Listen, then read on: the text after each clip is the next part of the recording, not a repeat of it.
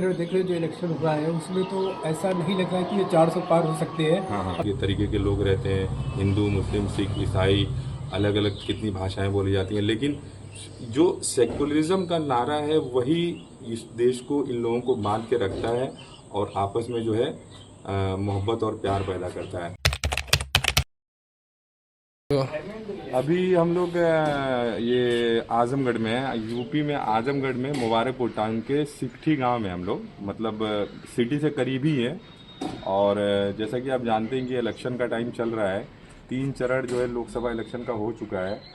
और पहले जो हवाएं चल रही थी, जो बीजेपी कांग्रेस, अभी अभी जो है काफ़ी कुछ बदलाव देखने को मिल रहा है अलग अलग न्यूज़ के चैनल के माध्यम से।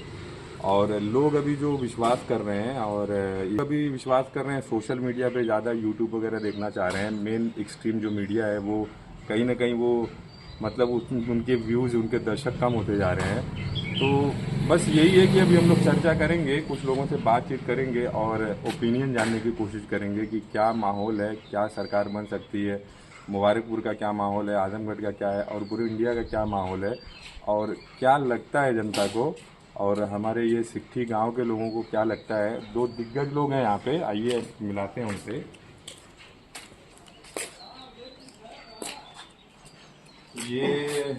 ये हमारे सबाउद्दीन भाई हैं, जो कि पॉलिटिक्स की काफ़ी जानकारी रखते हैं और न्यूज़ वगैरह से काफ़ी जुड़े रहते हैं, कभी कुछ चैनल वगैरह से भी जुड़े रहे हैं। तो इनका जो एनालिसिस रहता है, ये काफ़ी अच्छा एनालिसिस रहता है, काफ़ी गहराई पे बात करते हैं। तो अभी कुछ बातें करेंगे। तो सबाउद्दीन भाई ये बताइए कि अभी आप देख ही रहे हैं कि 3 चरण का जो है ये इलेक्शन हो चुका है। इलेक्शन से पहले जो बीजेपी की जो हवा थी, वो मेरे हिसाब से, मैं जहाँ तक देख पा रहा हूँ कि जनता का जो है मूड इधर इलेक्शन के दौरान काफ़ी चेंज हुआ है। 3 जून को रिजल्ट आना है। अभी तक जो 3 चरण हुए हैं, 4 जून को सॉरी रिजल्ट आना है। अभी जो है 3 चरण अभी कंप्लीट हो चुका है। तो ये 3 चरण तक जो आप किस तरीके से आप इलेक्शन को देखते हैं, और क्या आपको लगता है कौन सी पार्टी की सरकार बन सकती है, या जो 400 का जो आंकड़ा पार करने का जो ये था, इरादा था इसका बीजेपी का, और ये जो बता रहे थे जनता को, देश को, कि 400 हम पार करेंगे, तो क्या लगता है कि 400 पार कर पाएंगे? नहीं, अभी जो हम 3 चरण देख रहे हो जो इलेक्शन हुआ है उसमें तो ऐसा नहीं लग रहा है कि ये 400 पार हो सकते हैं। हाँ हाँ। अभी हम साउथ इंडियन की बात करते हैं तो उधर इधर राहुल गांधी के लोकप्रिय, राहुल गांधी नेता और लोकप्रिय है, वहाँ पे उनका थोड़ा पकड़ ज़्यादा है। और जहाँ तक ये अपने नॉर्थ इंडियन की बात करते हैं तो इसमें कहीं ना कहीं बीजेपी थोड़ा सा हावी पड़ सकती है। नॉर्थ इंडिया में हावी पड़ सकती है, क्योंकि साउथ इंडिया में अगर बात करें तो साउथ इंडिया में हमेशा जो कांग्रेस का बोलबाला रहा है, और एजुकेटेड लोग हैं वहाँ पे, तो मुद्दे पे जो है वहाँ पे जो इलेक्शन होता है वोट देते हैं। तो वहाँ तो कांग्रेस ऑब्वियसली जो है अभी तक मजबूती चल रही है ना। नॉर्थ इंडिया में जो आप कहना चाह रहे हैं कि कुछ सीटें जो है प्राप्त कर सकती हैं, लेकिन फिर भी नॉर्थ इंडिया में भी, चूंकि अब साउथ का जो ओपिनियन पोल है, या साउथ के लोग का जो, चूंकि उधर का इलेक्शन जो है देखने, उधर का मतलब रुझान देखने के बाद नॉर्थ में, मेरे ख्याल में नॉर्थ के लोगों को भी कुछ समझ में आ रहा है। और चूंकि जागरूकता इतनी बड़ी है, social media, main stream media तो आजकल कोई देख ही नहीं रहा है। ज़्यादातर लोग तो एक से एक चैनल आ गए हैं, काफ़ी संख्या में सब्सक्राइबर्स हैं अलग अलग चैनल के। जैसे अभी ध्रुव राठी की बात करें, अगर ध्रुव राठी जो है काफ़ी अच्छा काम कर रहे हैं, देश को जागरूक कर रहे हैं, जनता को मतलब अच्छे अच्छे मुद्दे उठाकर जागरूक कर रहे हैं, और किस मुद्दे को वोट देना चाहिए वो बताने की कोशिश कर रहे हैं। तो आप ये, अब नेक्स्ट हम लोग ये बात करेंगे कि आप मतलब क्या बीजेपी सरकार से आप जो सेटिस्फाइड रहे हैं इधर जो 10 साल जो सरकार चली है, या आप क्या चाहते हैं, कांग्रेस को चाहते हैं, या जनता क्या चाह रही है, क्या आपको लग रहा है? जनता तो सीधा सीध जो है कि वो कांग्रेस को ही चाह रही है, बीजेपी की सरकार से वो खुश नहीं है। क्योंकि इसमें बेरोजगारी, महंगाई और बहुत सारे, अभी बहुत बड़ा मुद्दा एक होता है जो एग्ज़ाम होते हैं उसमें, एग्जाम जो होता है, एंट्रेंस एग्जाम जो होता है ना, एग्जाम जो होता है उसमें पेपर लीक होता है, उसका उसका ज़्यादा प्रभाव। और अभी कोविशील्ड का जो अभी ये आया जाता है, ये बहुत बड़ा मुद्दा एक हो सकता है। हाँ हाँ। और जैसा कि बीजेपी के बारे में ये काफ़ी फेमस है कि बहुत फेक कमिटमेंट्स करते हैं, झूठ फैलाते हैं। हाँ, ये आज मतलब जो वादे जो किए गए हैं, जो चाहे चाहे वो हम बात करें 15 लाख जो अकाउंट में आने वाले थे, उसके अलावा चाहे हम ये नोटबंदी के फेलियर की बात करें या फिर इधर के कोरोना में भी जो वैक्सीन वगैरह की भी जो बात कर रहे हैं, तो सारे फेलियर्स ही रहे ना। मतलब जितने भी मुद्दे आए हैं अभी तक, जितने भी ये वादे किए बीजेपी ने, शायद मेरे ख्याल में 10-15% भी वो अब खरे नहीं उतरे हैं, सब में फेल ही हुए हैं। लेकिन फिर भी जनता ने एक चांस उनको और दिया था 2019 में। हाँ, अलग मुद्दे मतलब कि हो सकता है आगे ये ठीक करें, लेकिन अब तो ऐसा नहीं लग रहा है कि बीजेपी गवर्नमेंट आएगी।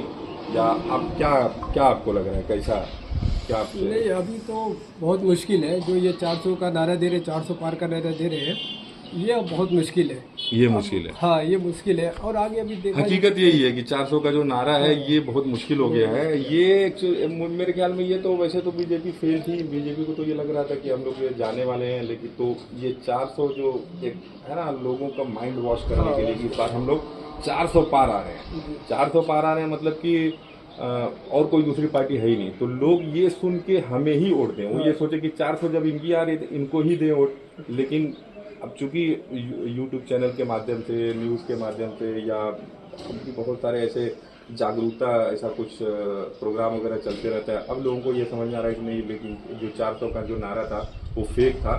और 400 तो दूर की बात है, कुछ लोग तो बोल रहे हैं कि शायद 150 भी आ जाए तो बड़ी बात है। अभी का माहौल ऐसा चल रहा है ना। जी अभी तो आप अपनी तरफ से कुछ अगर चाहें तो रखिए कुछ बात इलेक्शन पे, क्या मतलब क्या आप चाह रहे हैं, ये चैनल के माध्यम लोगों को बताएं, जानकारी दीजिए, कहाँ वोट दिया जाए, कैसे क्या किया जाए। मैं तो यही चाहूँगा कि राहुल गांधी को वोट दिया जाए, क्योंकि वो देश के लिए एक नया चेहरा है और वो युवा है। सबसे बड़ी चीज़ है, युवा के लिए करेंगे, रोजगार पैदा करेंगे, एजुकेशन के लिए वो सबसे ज़्यादा, मतलब एजुकेशन के लिए सबसे ज़्यादा वो सीटें निकालेंगे, जैसे कि BBS है और उसके बाद से इंजीनियरिंग है। ये सब हमारे नौजवानों को चाहिए। आखिरकार ये जो ITI है या फिर IIM वगैरह, ये कांग्रेस की ही देन है, कांग्रेस ने ही देश में बनाया था, है ना। तो एजुकेशन के मामले में कांग्रेस ने पहले भी अच्छा काम किया। अभी तक जितने भी बड़े इंस्टीट्यूशन है सब कांग्रेस के ही बनाए हुए हैं। बीजेपी तो कुछ कहती है कि हमने एम्स बना दिया, एयरपोर्ट बना दिया, लेकिन ग्राउंड पे अगर आदमी देखने के लिए जाता है तो कुछ नज़र नहीं आता है ना। ठीक है, बहुत बहुत शुक्रिया आपका। और अब बात करेंगे हम लोग पप्पू भाई से। ये मलिक जुबैर उर्फ पप्पू भाई। ओके, तो ये बाय प्रोफेशन टीचर है मलिक जुबैर भाई। कुछ जो अभी फिलहाल का जो इलेक्शन का जो दौर चल रहा है, इस पे कुछ अपने ओपिनियन रखेंगे। पप्पू भाई बताइए कुछ अपने हिसाब से। देखिए, ये जो इलेक्शन होता है, जी। ये इलेक्शन जो होता है ये जनता की भी परीक्षा है और लीडर की भी परीक्षा है। ठीक है, तो जैसा हम लीडर चाहेंगे वैसे हम लोग चुन सकते हैं, लेकिन इसमें ये एक चीज़ ये देखना ये है कि हमारा नेता जो लोकल बॉडी का नेता है वो कैसा है, वो देखना है। हम लोग नेशनल वाइज तक के नहीं देखेंगे। क्यों बताऊं? क्योंकि हम लोग का देश बहुत बड़ा है, ठीक है, लेकिन हम लोग का नेता जो है हम लोग की आवाज़ सुने, ठीक है। लेकिन कहीं ना कहीं जो सत्ता में जो पार्टी रहती है, जिसकी सरकार रहती है, जिसका मुख्यमंत्री होता है या जिसका प्रधानमंत्री होता है जिस पार्टी का, उसका नेता अगर आप चुनते हैं अपने क्षेत्र से, लोकल एरिया से, तो आपको क्या लगता है उनसे हमारा ज़्यादा फायदा हो रहा है, या फिर आप निर्दलीय वगैरह को किसी को, मतलब आप सिर्फ, आपका कहने का मतलब कि आप लोकेलिटी देखते हैं ना, कि मेरा कैंडिडेट, मेरा जो लोकल जो कैंडिडेट है उससे मेरा क्या रिलेशन है, वो कितना इस जगह से जुड़ा हुआ है, कितना जानता है इस एरिया के बारे में, या कितना डेवलपमेंट कर सकता है ना। हमारा जो पार्टी लेवल पे है वही जाके ना हमारी बात रखेगा पार्लियामेंट में, रखेगा। हाँ। वही ना हमारा दुख दर्द जो है सरकार के सामने रखेगा, ठीक है ना, तब ना सरकार को मालूम पड़ेगा, वो जाके हमारे लिए हक के लिए आवाज उठाएगा। हाँ बिल्कुल उठाएगा, ठीक है ना। हाँ, आपकी बात बिल्कुल सही है, सही लेकिन है ना? मेरे हिसाब से मैं जहाँ तक देख पा रहा हूँ कि एक सिंगल आदमी, एक होता है कि वो बात रखेगा, ठीक है, लेकिन एक होता है कि जो पार्टी सत्ता में है, जिसके मेंबर ऑफ MP जो मेंबर ऑफ पार्लियामेंट जिनके ज़्यादा हैं, कुछ कानून पास करना है ना, कुछ रूल्स लेके आने हैं, तो अगर नंबर ऑफ MP जिस पार्टी के ज़्यादा रहते हैं तो उनकी वोटिंग से वो कानून हम लोग पास करा सकते हैं ना। सिंगल आदमी जो कि वोट से जो कानून नहीं पास होने वाला है, ठीक है, उसके लोकल क्षेत्र में जो चीज़ें उसके लिए वो अप्लाई कर सकता है, उस चीज़ों को वो अवेलेबल करा सकता है ना। बट अगर कानून पास कराना है, एक बड़े लेवल पे जाना है, तो फिर हमको, मेरे ख्याल में हमको पूरा पार्टी लेवल पे हम लोग को देखना पड़ेगा ना, क्योंकि जो कानून बनते हैं, देखिए अभी तक बीजेपी का जो रहा है, बीजेपी का यही रहा है कि बीजेपी सत्ता में आई और बहुमत से आई दोनों बार, ठीक है जी। और बीजेपी का जो सबसे प्लस पॉइंट रहा है, बीजेपी ने जो और पार्टियों को चैलेंज किया है ना, वो सिर्फ कानून से ही किया है। कानून उन्होंने एक तरीके से हर चीज़ को ना, ऐसे नहीं डायरेक्ट किसी को रोका नहीं है, हर चीज़ को लीगलाइज करते हुए पहले उसको लीगलाइज किया है, उसके बाद फिर वो आगे उन्होंने कुछ ऐसा कार्रवाई करवाया है। अभी जैसे ईडी, अभी जैसे सपोज अभी केजरीवाल जेल के अंदर चला गया, ठीक है, ठीक, अभी डायरेक्ट तो कोई उसको लेके नहीं जा सकता ना, पहले इन्होंने ईडी को गठित किया ना। वो कैसे किया, वो वोटिंग से ही होता है ना, वो मेंबर ऑफ पार्लियामेंट या जो कानून बनाने की जो प्रक्रिया है देश की, जब वोटिंग होती है तो उनको पावर मिलता है चुनने का, और पावर कब मिलता है, जब number of member of parliament के नंबर संख्या ज़्यादा रहेगी, है ना, तो वो जब वोटिंग होगी तो वो कानून बनेगा, और जब कानून बनेगा तो कानून बनने के तहत फिर उसके बाद जो उनका चुनाव होगा, तो फिर कोई आप डिपार्टमेंट का गठन कर सकते हैं, कोई नया कानून बना सकते हैं, कोई पुराने कानून में अमेंडमेंट कर सकते हैं, है ना। तो जब संख्या ज़्यादा रहेगी तभी तो कर पाएंगे ना। तो इस वक्त देखिए कांग्रेस की पोजीशन थोड़ा सी मजबूत ज़रूर हुई है, लेकिन इसको और मजबूती करने के लिए कांग्रेस को और मेहनत करना पड़ेगा। तो इन लोग को इतने से खुश नहीं रहना है। अच्छा देखिए कि यूपी में कोalition हो गया है तो ठीक है, इसको ऑल ओवर इंडिया में कोalition करना पड़ेगा एक साथ। अच्छा, मतलब आपको लगता है कि करना कांग्रेस मजबूत हुई है? आपको लगता है कांग्रेस मजबूत हुई है?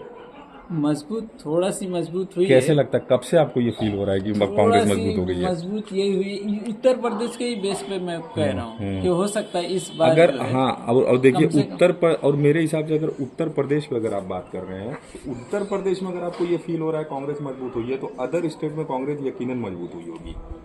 और रही क्या कहते मध्य हैं आप? प्रदेश की जी, बात, बिल्कुल। है ना? मध्य प्रदेश की बात है और राजस्थान की बात है, तो उत्तर प्रदेश में से इन लोग को थोड़ा बल मिलेगा, मनोबल इन लोग का बढ़ेगा। और रही साउथ इंडिया में, तो उन लोग ऑलरेडी मजबूत हैं कांग्रेस वाले, ठीक है। और यहाँ पे ममता बनर्जी भी अगर कुछ साथ दे देती इन लोग का, तो थोड़ा और इन लोग की बेहतरी और अच्छा ठीक है। अच्छा, ये इस पे आ जाते हैं, जैसे अभी इलेक्शन से पहले की बात करें, है ना, इलेक्शन से पहले जो इलेक्शन का माहौल था मतदान से पहले, और अभी ये 3 चरण का मतदान हो चुका है, जी हाँ। तब से लेके अभी तक क्या चेंजेस देखने को मिल रहा है? पब्लिक का रुझान कितना चेंज हुआ है किधर, या क्या क्या चीज़ें आप, और क्या मुद्दे हैं, जैसे अभी ये चंदा घोटाला, पेट्रोल बॉन्ड जो बीजेपी पे आरोप लग रहा है, क्या लगता है उससे फर्क पड़ा है कुछ, या फिर जो केजरीवाल को ईडी के थ्रू जेल में डाला गया, तो क्या लगता है इससे कुछ बीजेपी की छवि नेगेटिव हुई है, या कांग्रेस को इसका फायदा मिला है, या आपको क्या लगता है इस पर? दिल्ली में जो है स्थिति फिलहाल कितना भी हो जाए, केजरीवाल मजबूत है दिल्ली में, ठीक है। बीजेपी को इतना आसान नहीं कि वो मतलब पूरे 7 के 7 सीट जीत जाए, लेकिन ये भी है कि अब जेल में उनको डाला गया है। वो तो ठीक है, वो तो अब वो विधानसभा इलेक्शन की बात नहीं कर रहा हूँ, ये जो एमपी का जो ये वाला लोकसभा जो इलेक्शन हो रहा है, तो केजरीवाल को जेल में जाने की वजह से क्या बीजेपी की छवि पॉजिटिव हुई है या नेगेटिव हुई है, ये बोलना चाह रहा हूँ। इसको थोड़ा बहुत जो है, मतलब इन्होंने तो जो घोटाले में केजरीवाल को डाला है, शराब घोटाले में, तो इनका तो पर्पस, बीजेपी का तो पर्पस यही रहा होगा ना कि हम भ्रष्टाचारियों को छोड़ते नहीं हैं, हम बहुत ही क्लियर कट सरकार चलाते हैं, ठीक है। लेकिन एक ये है कि ईडी के थ्रू ज़्यादातर जो है अपोजिशन की ही पार्टियां, अपोजिशन वाले ही जेल में जा रहे हैं। बीजेपी, अगर ऐसा भी कहा जा रहा है कि जो करप्ट है और जेल में जाने की उसकी अगर संभावना है, तुरंत के तुरंत वो बीजेपी ज्वाइन कर ले, तो फिर जेल जाने की संभावना उनकी बिल्कुल खत्म हो देखिए जाएगी। पावर में रहेगा तो सोचेगा कि हमारा साथी जो है कोई तकलीफ में रहे, वो तो सोचेगा कि गद्दे पे सोए आराम से, वो यही ना सोचेगा, ठीक है। तो अपने लोगों को कोई तकलीफ देना चाहेगा नहीं। तो हमारे यहाँ अभी कब चुनाव है? यही 25 तारीख 25 तारीख को चौथे चरण में हम लोग आएंगे, है ना? है ना?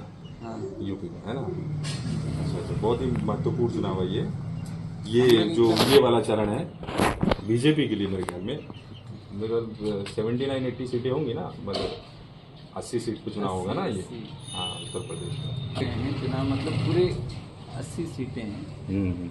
उत्तर प्रदेश में हो चुके हैं चुनाव? नहीं उत्तर प्रदेश में नहीं होना, लेकिन जैसे सबसे बड़ी जो सबसे ज्यादा हाँ सबसे ज्यादा मेंबर ऑफ एमपी की सीटें जो यूपी में है ना, 80 सीट। और ये हाँ, तो रिजल्ट के पॉइंट ऑफ व्यू से काफी महत्वपूर्ण सीटें हैं। यूपी स्टेट जो है काफी ये माने रखता है। यूपी तो यूपी है, ये पूर्वांचल जो है इसकी सीटें जो हैं जो भी 29-30 जो भी सीटें हैं 30-34 सीटें हैं 29 सीटें हैं, ये बहुत इम्पोर्टेंट हैं। और इसमें जो ज्यादा सीट ले लेगा तो फिर वो जो है फर्क कर सकता है। क्या आपको अभी लग रहा है, मतलब ओवरऑल पूछने का यही, आप क्या चाहते हैं कि कांग्रेस की सरकार बने, बीजेपी की सरकार बने? बीजेपी ठीक थी या अभी अब क्या लगता है? हम तो ये जनता से क्या बोलना चाहिए? ये चाहते हैं कि एक बार फिर कांग्रेस की सरकार बने, क्योंकि हम लोग को 5 साल में एक बार सरकार चुनने का मौका मिलता है। तो हम लोग यही चाहेंगे कि एक बार फिर कांग्रेस को सरकार देख लिया जाए। मतलब बीजेपी से आप सेटिस्फाइड नहीं है? फिलहाल इन लोग जो है रोजगार जो है पे ज्यादा ध्यान नहीं दे पा रहे हैं, सब प्राइवेटाइजेशन कर रहे हैं, प्राइवेट में दे रहे हैं। तो उससे क्या है, जो गरीब जो हैं, जो जिसको जॉब चाहिए उन लोग को जॉब नहीं मिल रहा है। तो इसमें जो है पढ़ लिख के बेरोजगारी हो रही है। तो कहने का मतलब कि आम जनता का जो जीवन है वो मुश्किल गुजर रहा है, सरवाइव नहीं कर पा रहे हो, है ना? उनको 5 किलो जो है, उनको 5 किलो जरूर सरकार दे रही है, ठीक है, लेकिन उससे क्या 5 किलो से तो उनका जीवन पूरा पार नहीं हो पाएगा। वो तो यही हो गया, 5 किलो राशन का मतलब यही हो गया कि आप गरीब समझ के उनको 5 किलो राशन दे रहे हैं। ठीक है, आप उनको ऐसा बनाइए कि वो 5 किलो राशन के लिए कुछ पैसा कमा ले, है ना? कार्ड बना के जरूरत ही न पड़े 5 किलो राशन। सरकार आयुष्मान दे रही, वो सब सरकार का कर्तव्य है ना, वो तो सरकार का कर्तव्य है। उसमें वाहवाही लूटने से नहीं ना, हम ये किए वो किए, ठीक है। आम जनता अभी भी हमारे देश में जो है इतने वो है कि सब भीख मांग रहे हैं। उन लोग को देखो, नीचे वाले को देखो, ऊपर वाले को क्यों देख रहे हैं? यही सारी चर्चाएं करनी थी इलेक्शन से रिगार्डिंग। और भी हम लोग चर्चा करते रहेंगे, कुछ ना कुछ बात करते रहेंगे, देश के मुद्दे उठाते रहेंगे और आपसे आपकी जानकारी का फायदा उठाते रहेंगे। अंत में अगर आप कुछ वोटरों को कहना चाहें तो, या कुछ जनता को कुछ बताना चाहें? हम तो यही चाहेंगे कि जो है जो नए वोटर हैं वो सोच समझ के अपना किसी के फोर्स में ना आए, ठीक है। उनको ये जो लगता है कि हमारा कैंडिडेट हमारी आवाज जो है पार्लियामेंट में बुलंद करेगा, उसको चुनो। पार्टी वाइज पे मत जाओ कि यही पार्टी हमारा करके देगी, कांग्रेस ही करके देगी या भाजपा ही करके देगी या समाजवादी। मतलब आप थोड़ा रिसर्च करिए, आप दिमाग लगाइए, देखिए, है ना, किसको कौन सा आप जातिवाद के मुद्दे को छोड़ के, है ना, ये अपना सांप्रदायिकता को छोड़ के विकास के मुद्दे पे आप ये कहना चाह रहे हैं कि वोट करें और अपना। हाँ, क्योंकि नई नस्ल को क्या है, उन लोग को आगे बढ़ने के लिए कुछ जातिवाद का ज्यादा उसको उनको फंसाइए नहीं, उलझाइए नहीं, उससे उनका माइंड डिस्टर्ब होगा। क्योंकि उनको आगे जाके अभी बड़े शहर में जा रहे हैं तो उधर इतना वो नहीं है, उनमें जॉब का उन लोग को रहता है। ये सब गाँव में ज्यादा रहता है जातिवाद का। तो जातिवाद से विकास नहीं होगा, जी बिल्कुल। शुक्रिया। तो मैं भाई से आपसे पूछना चाहूँगा, जैसे भाई आपने पूछा, तो आपका क्या ओपिनियन है, आप किसकी सरकार चाहते हैं? देखिए, मैं तो सरकार में मुझे किसी पार्टी से मुझे कोई नफरत नहीं है, न मैं किसी पार्टी से कोई किसी पार्टी को पर्टिकुलरली सपोर्ट करता हूँ। मैं यही चाहता हूँ कि जो भी देश में जो भी पार्टियाँ आए, जो भी जिसकी भी बहुमत हो, जो भी सरकार में आए, वो निष्पक्ष सरकार चलाए। जातिवाद, है ना, सांप्रदायिकता, मैं सेकुलरिज्म को मानता हूँ, सरकार चलाए। और अभी तक जो देश प्रॉपर तरीके से जो अभी तक चला है वो सेकुलरिज्म के ही भरोसे चला है। और अगर सेकुलरिज्म नहीं होता तो शायद अभी तक इतना आज़ादी के 75 साल लगभग हो गए हैं, तब से सेकुलरिज्म के ही बेस पे देश चल रहा है। यहाँ आप जानते हैं कि हम देश में जो कितनी विविधताएं, कितने तरह के तरीके के लोग रहते हैं, हिंदू, मुस्लिम, सिख, ईसाई, अलग अलग कितनी भाषाएं बोली जाती हैं, लेकिन जो सेकुलरिज्म का नारा है वही इस देश को, इन लोगों को बांध के रखता है और आपस में जो है मोहब्बत और प्यार पैदा करता है। अब रही बात सरकार की, चाहे कांग्रेस आए चाहे बीजेपी आए, कोई प्रॉब्लम नहीं है। बीजेपी से बस ये है, थोड़ा प्रॉब्लम ये है कि बीजेपी ने जिन मुद्दों को लेकर के देश की तरक्की होनी चाहिए, जिन मुद्दों को लेकर के वो इलेक्शन मैं चाहता हूँ कि लड़ें, उन मुद्दों को के बजाय वो इलेक्शन मतलब ज़्यादातर वो हिंदुत्व, सांप्रदायिकता और कुछ मतलब मैं नहीं चाहता कि कोई पार्टी सिर्फ सत्ता में आने के लिए देश की जनता को गुमराह करे और अलग अलग फेक वादे करके या फेक कमिटमेंट करके सत्ता में रहने की कोशिश करे। ऐसा नहीं चाहिए।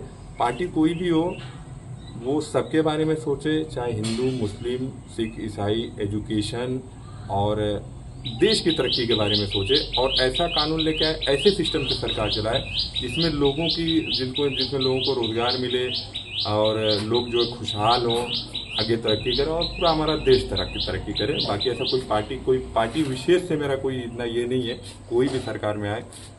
लेकिन बीजेपी का जो दो चार कुछ ऐसे फेलियर रहे हैं, उनसे ऐसा लगता है कि वो वहाँ पे बीजेपी फेल हुई है, जैसे नोटबंदी में फेल हो गई और अगर देखा जाए तो ये अपना कोविड में, पेंडेमिक में फेल हो गई और भी कुछ मुद्दों में फेल हुई। बहुत सारे वादे किए, कोई एक भी वादा पूरा नहीं हुआ। तो कुछ भी इस तरीके का हिंदू मुस्लिम करके ये लोग इलेक्शन लड़ते हैं और लोग इनके बहकावे में आ जाते हैं। तो मैं यही लास्ट में, अंत में यही बोलना चाहूँगा कि आप पार्टियों से और देश की जनता से यही अनुरोध करना चाहूँगा कि जो पार्टियां हैं वो निष्पक्ष सरकार चलाएं और लोगों के असल मुद्दे पे ध्यान दें, जिनसे लोगों की ज़िंदगी आसान होती है। जैसे एजुकेशन हो गया, रोज़गार हो गया, घर हो गया, इन सब मुद्दों पे ध्यान देना चाहिए। बहुत बड़ी आम जनता को, चूँकि इंडिया जो है गरीब देश है, इतने गरीब लोग, उनको नहीं मालूम है किधर एयरपोर्ट बन रहा है, किधर क्या हो रहा है देश में। उनको अपनी निजी ज़िंदगी से मतलब है। तो आप ऐसा करें कि उनके घर में लोगों को रोज़गार मिलेगा, तो उनको अदर देश में नहीं जाना पड़ेगा। वो अपने कितने टैलेंट ऐसे हैं जो दूसरे देश चले जाते हैं। तो आप ऐसा सिस्टम बनाएं कि वो देश में रहें और देश के प्रति अपने टैलेंट का योगदान दें और देश को आगे बढ़ाएं। और जनता से भी ये अनुरोध है कि आप लोग कैंडिडेट को सोच समझ कर चुनें और आप मैनिफेस्टो देखें दोनों पार्टियों का, जो भी पार्टियां हैं, और ज़्यादा ये कोशिश करें कि जिसमें जनता का और देश का फ़ायदा हो रहा है। जातिवाद, धर्मवाद, ये सबको छोड़ दीजिए। आप देखिए कि जनता का किस में फ़ायदा हो रहा है, हमारा किस में, और देश किससे आगे बढ़ रहा है। अंत में यही कहना चाहूँगा। आगे कुछ बात करेंगे, आगे अभी इलेक्शन बचा हुआ है, बात करेंगे।